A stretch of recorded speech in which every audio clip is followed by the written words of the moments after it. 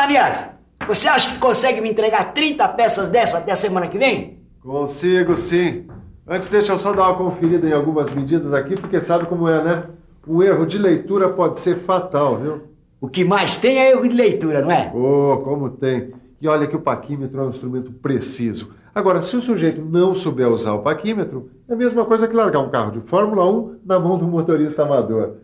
E agora que você já sabe bastante coisa sobre o paquímetro, chegou a hora de aprender a usar esse instrumento da melhor maneira possível.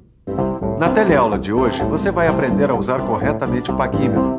Vai ver quais são os erros de leitura mais comuns e, principalmente, vai saber quais são os cuidados de conservação que se deve ter para conservar o paquímetro. Ah, se todo mundo tomasse cuidado com um instrumento assim. É uma luta convencer o pessoal a tomar cuidado. E cuidado com o instrumento é economia de tempo e qualidade de produção. No final, todo mundo sai ganhando. E se você também quiser sair ganhando, conserve seu lugar em frente à TV, porque a nossa teleaula já está começando.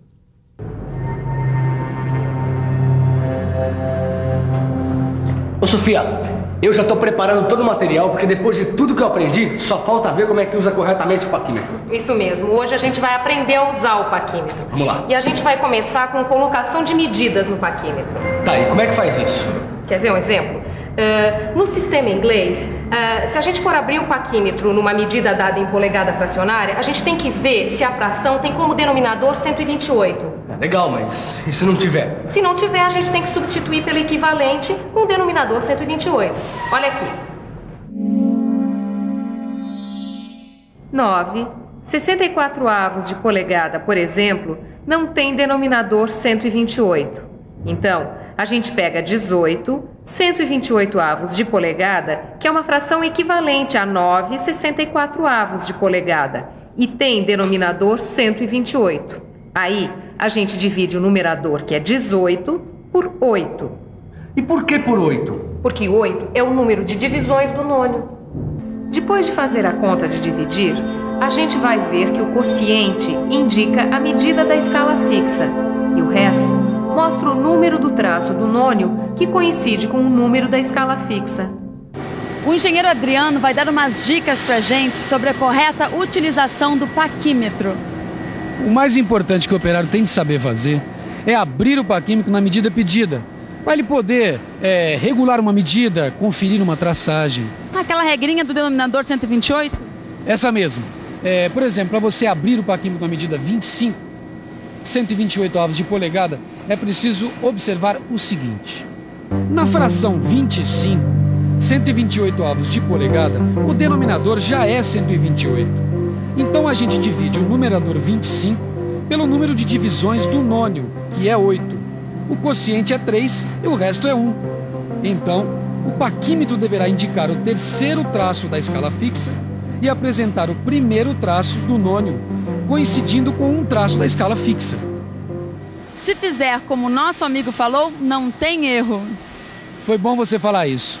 Eu me lembro de outra coisa muito importante quando o assunto é paquímetro: os erros de leitura.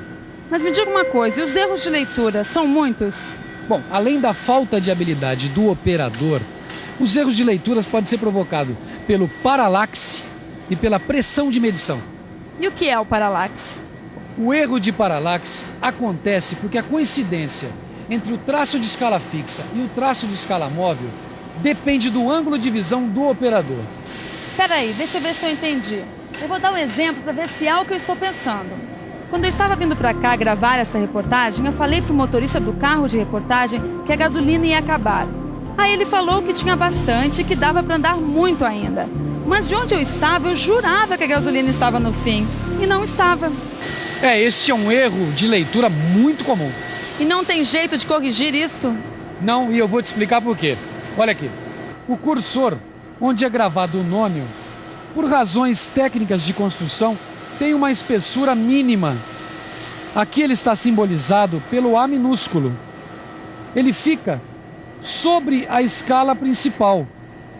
Assim, os traços do nônio, aqui representados por TN, são mais elevados do que os traços de escala fixa, aqui representados por TM. Pô, esse erro de paralaxe é um troço que a gente tem que tomar muito cuidado, né, Ananias? Tem sim, e olha aqui por quê. Se a gente colocar um instrumento perpendicular à vista e os traços do nônio e os da escala principal estiverem sobrepostos, cada um dos olhos projeta o traço do nônio em posição oposta. Deixa eu ver se eu entendi. Se eu fizer a leitura nessa posição, eu leio 4 décimos de milímetro. E fazendo a leitura com o paquímetro numa posição perpendicular aos olhos, a leitura correta é 45 centésimos de milímetro. Ó, erro de paralaxe eu já entendi o que é. Mas agora essa tal de pressão de medição, é um erro que acontece como? Eu vou te mostrar. Dá uma olhadinha. Ih, esse cursor tá meio torto, né? Um pouco. O erro de pressão de medição acontece no jogo do cursor, que é controlado por uma mola e 2 parafusos. Se o cursor ficar inclinado em relação à régua, isso vai alterar a medida. O cursor não pode estar muito preso nem muito solto. O operador deve regular a mola para adaptar o instrumento à sua mão. Para isso, ele tem que girar os parafusos até encostar no fundo e depois retornar mais ou menos 1/8 de volta. Depois do ajuste, o movimento do cursor deve ser suave, mas sem folga. Agora que a gente viu como evitar alguns erros, vamos falar sobre a técnica de utilização do paquímetro. Para ser usado corretamente, o paquímetro precisa ter seus encostos limpos e a peça que vai ser medida tem que ser posicionada corretamente entre eles. É muito importante abrir o paquímetro com uma distância maior que a dimensão do objeto a ser medido, para que não tenha atrito entre o paquímetro e a peça. Veja que o centro do encosto fixo deve ser encostado numa das extremidades da peça. Aí, o paquímetro deve ser fechado suavemente até que o encosto móvel toque a outra extremidade. Depois de fazer a leitura, com a peça no paquímetro, ele deve ser aberto e a peça retirada, mas sem tocá-la nos encostos, hein? Alguns cuidados são necessários no uso do paquímetro para medidas externas, internas, medidas de profundidade e de ressaltos. Com este paquímetro aqui, Vitorino, como é que você faz para determinar a medida externa dessa peça? Medida externa? Deixa eu ver, ó. Eu encosto a peça aqui no encosto fixo e fecho o paquímetro suavemente, ó. Não, tá errado, ó. No caso de medida externa, a gente tem que colocar a peça entre os bicos de medição de maneira mais profunda, para evitar o desgaste das pontas dos bicos. Para determinar a medida externa com mais segurança, as superfícies de medição dos bicos e da peça devem ser bem apoiadas, para evitar erros como esse da imagem da esquerda. Ao lado, a gente pode ver a superfície com um apoio correto. Agora eu quero ver se você consegue determinar corretamente a medida interna dessa peça. Medida interna? Vamos pensar um pouco?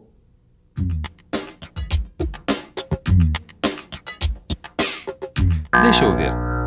Nas medidas internas, as orelhas devem ser colocadas o mais profundo possível, sem raspar na peça. Nunca dessa maneira. E acho que o paquímetro tem que estar paralelo à peça. Senão, olha aí o que acontece. Daqui dá para ver melhor qual a posição errada e qual a posição certa do paquímetro. Ainda falando em medidas internas, acho que para medir o diâmetro interno com mais segurança, as superfícies de medição das orelhas têm que coincidir com a linha de centro do furo. Nas medidas internas, o operador tem que tomar a máxima leitura para diâmetros internos e a mínima leitura para faces planas internas. Tudo pronto para começar, Caio? Pronto, claro. Eu tô louco para saber quais os cuidados que a gente tem que tomar com a medida de profundidade. Então presta atenção aqui. Na medida de profundidade, a gente tem que apoiar o paquímetro corretamente sobre a peça. Se ele ficar inclinado assim, a leitura vai ser incorreta. E essa haste aí também é usada para medidas de ressaltos? De jeito nenhum. Olha aqui. Nas medidas de ressaltos, a gente tem que colocar a parte apropriada do paquímetro para ressaltos perpendicular à superfície de referência da peça. A vareta de profundidade não deve ser usada nesse tipo de medição porque não permite um apoio firme, tá vendo? Então, faltou a gente aprender alguma coisa sobre o uso correto do paquímetro? Faltou o principal, a conservação do paquímetro. Como todo instrumento de medição, o paquímetro precisa de muito, mas muito cuidado com o manuseio. Por isso, para você ficar por dentro, eu vou falar agora os 5 mandamentos da boa conservação do paquímetro.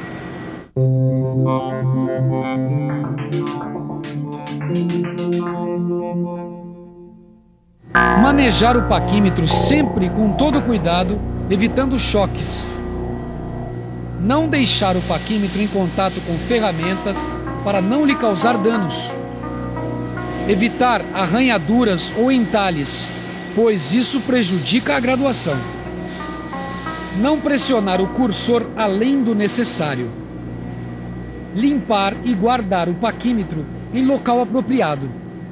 Bom, em matéria de paquímetro a gente aprendeu bastante hoje, mas não custa ficar de olho na revisão para ver se não escapou nada. E atenção, se liga aí que é hora da revisão. Na teleaula de hoje, você aprendeu a fazer a colocação de medida no paquímetro. Viu que os erros de leitura mais comuns são a paralaxe e a pressão de medição.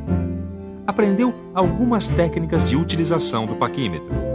E finalmente viu que a conservação do material é um fator muito importante quando o assunto é medição. Bom, com esta teleaula a gente encerra o nosso estudo sobre paquímetro. Mas é bom praticar sempre. Por isso, sempre que for possível, é bom você ler algumas medidas. Comece dando uma boa revisada no seu livro e resolvendo os exercícios. Falando nisso, você está conservando seu livro em bom estado? Olha lá, hein? Ele também é um instrumento útil, pois mede o nosso conhecimento. Até a próxima aula.